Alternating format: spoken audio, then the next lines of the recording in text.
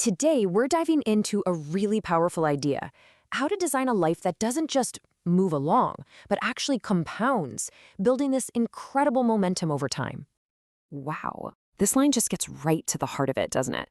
It's not about some big, dramatic flame out. It's about that quiet, creeping feeling that all your hard work just isn't adding up to much. We're going to break down why that happens and, way more importantly, how to fix it. I mean, come on, we've all been there, right? You're putting in the hours, you're busy, you're doing all the things, but when you look back over the last month or even the last year, it feels like you've just been running on a treadmill. It's so exhausting, so let's figure out why this is such a common trap. All right, so our first section gets right to the core of the problem. And spoiler alert, it's not because you're lazy. In fact, it's rarely about a lack of effort at all. Here's the absolute key. Effort, all by itself, has no memory. The hard work you did today basically evaporates by tomorrow unless it has something to build on from yesterday. The problem isn't the work itself. It's the lack of a system, a structure that lets it all stack up. This slide just nails it. It shows the two worlds we can live in. On the left, you've got scattered effort. It's pulling you in a million different directions, and it just feels draining. But look at the right. When that exact same amount of effort is aligned toward one thing, progress stops feeling like a struggle and starts feeling, well, inevitable. And that brings us to the big solution. If scattered effort is the disease, then the principle of compounding is the cure. Now, what's so critical to get here is that compounding has nothing to do with working harder or faster. It's not about some heroic, intense burst of energy. No, it's a quiet, patient force that rewards one thing above all else, just not stopping. It's about having the grit to keep going long after the initial excitement wears off. This is the perfect example. We think of Buffett's genius as picking the perfect stock every single time, but his real superpower, it was picking a good strategy and then having the almost superhuman discipline to not interrupt it. For decades, he just let time do all the heavy lifting for him. This visual makes the difference so clear. We're all so impressed by speed, right? Quick results, fast progress, but that's a mirage.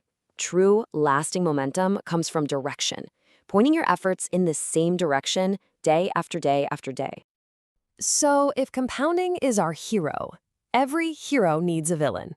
And the villain in this story, the one thing that actively wants to destroy your progress, has a name: interruption. This is it. This is the single most important rule of the whole game. Before you even think about getting better or working harder, you first have to master the art of not getting in your own way. You have to protect your progress from interruption, especially from yourself. And here's the hidden, brutal cost of stopping and starting. When you interrupt something, you don't just hit a pause button. Oh no, it's so much worse. You're often erasing your progress. You lose that subtle feel for the work, that quiet confidence, all that valuable context you built up that was making each step just a little bit easier than the last. And this is the stark reality. Every single time you break your streak to chase a new shiny object or jump to a better plan, this is what's happening behind the scenes. The progress bar just resets to zero. All that momentum you fought for, gone. Okay, so how do we actually put this into practice? How do we stop interrupting ourselves and start building something that actually grows? Well, the source material gives us a few really powerful levers we can pull.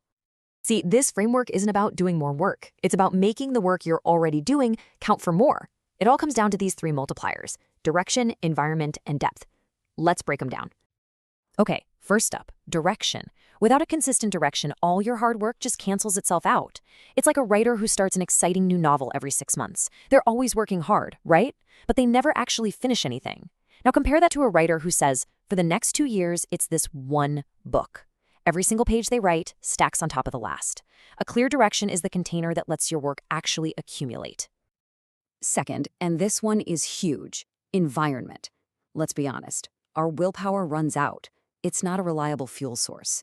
A well-designed environment makes the right choice the easy choice. You want to learn guitar? Don't hide it in a case in the back of your closet. Put it on a stand right in the middle of your living room. You're basically designing your world to nudge you into doing the right thing. It automates your consistency so you don't have to rely on discipline alone. And third, depth. In a world that just screams for speed, choosing to go deep is a radical act. Imagine you're learning to code. You could quickly skim tutorials for 10 different languages. You'd have broad exposure, but it would be totally shallow. Or you could spend that same time going deep on one language, actually building real projects. The first approach might impress someone at a party. The second one is what gets you a job. Depth creates real mastery, and that's where the leverage is. So what happens when you get these three levers, direction, environment, and depth, all working together? Well, you start to accumulate something way more valuable than just skills or money.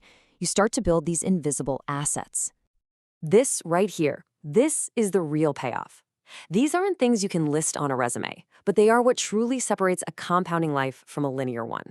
Your judgment gets sharper. People start to trust you, your reputation starts doing the work for you, and you build this quiet, unshakable confidence in yourself. Man, I love this quote. It just captures the whole idea perfectly.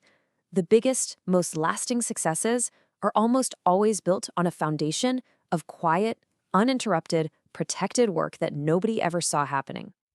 And ultimately, if you take away just one thing, let it be this. Compounding doesn't demand that you be a genius. It doesn't ask for superhuman willpower. It just asks for the simple, boring discipline to pick a path and protect it from your own impatience. And that brings us to our final thought. Compounding isn't something you can opt out of. It's always running in the background. Your habits, your relationships, your knowledge, they're all compounding either for you or against you. The only real question left is, have you deliberately chosen what's getting to grow?